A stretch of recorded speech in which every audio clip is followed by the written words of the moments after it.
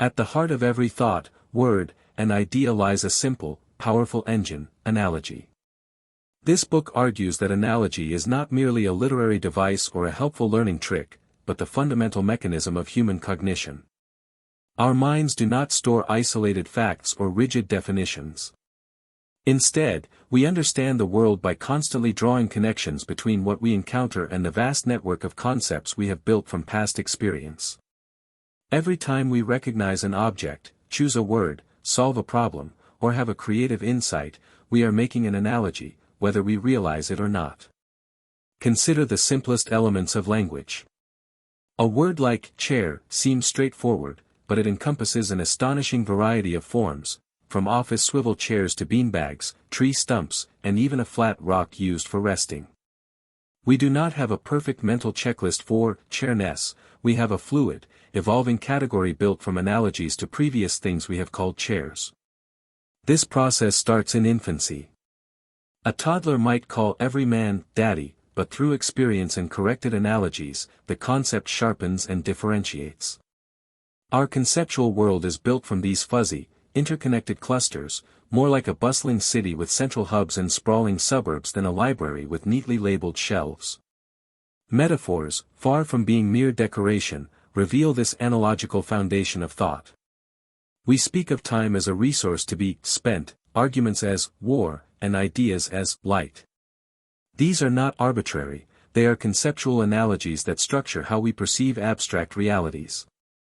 This analogical thinking scales up from words to entire phrases and cultural wisdom. Compound words like pocketbook blend familiar categories to describe something new. Idioms like spilling the beans or beating around the bush are understood not literally, but as whole packages of meaning, their analogical origins often forgotten.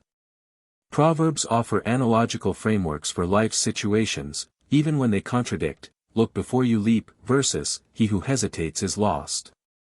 Their value is not in universal truth, but in providing a ready-made perspective through analogy.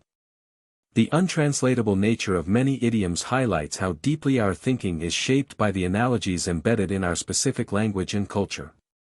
Our memory and creativity are also profoundly analogical. When we hear a story, we automatically search for analogous experiences to comprehend it.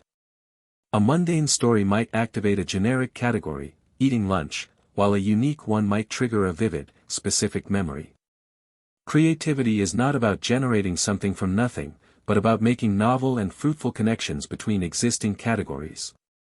An expert is not just someone with immense knowledge, but someone skilled at drawing analogies between domains, seeing how a problem in biology might be analogous to a solved problem in engineering. This often involves abstracting to a higher level, seeing the shared essence between seemingly disparate things. Learning is, at its core, a process of analogical extension. We grasp the new by linking it to the known. This is evident in technology, where we navigated the unfamiliar digital world with analogies to the physical one, desktops, files, folders, and mail. These naive analogies can sometimes lead us astray. An email address is not a physical location, but they provide the essential foothold for understanding. Even in rigorous fields like mathematics, we learn through initial, sometimes limiting, analogies. Many people learn division through the analogy of sharing, which makes problems with a quotient larger than the dividend confusing. Reconceiving division as measurement requires a shift to a more powerful analogical framework. The pinnacle of this analogical process is found in scientific genius. Albert Einstein's breakthroughs were not leaps of mystical intuition but chains of deeply considered analogies. He did not merely use analogies to explain his theories, he used them to discover them. His theory of special relativity grew from a thought experiment about chasing a light beam, an analogy that helped him reconceptualize space and time. For Einstein, these analogies were thought experiments that allowed him to explore the consequences of physical principles in vivid, almost tangible ways.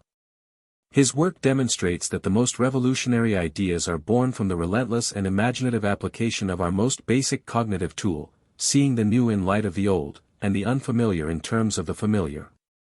Ultimately, to think is to analogize. Our intelligence is defined not by a storehouse of facts, but by the richness of our categories and our agility in drawing connections between them. This view liberates us from the search for perfect definitions and rigid logic as the sole model of thought. Instead, it reveals the fluid, creative, and essentially human process by which we continuously make sense of an ever-changing world, building our understanding one analogy at a time.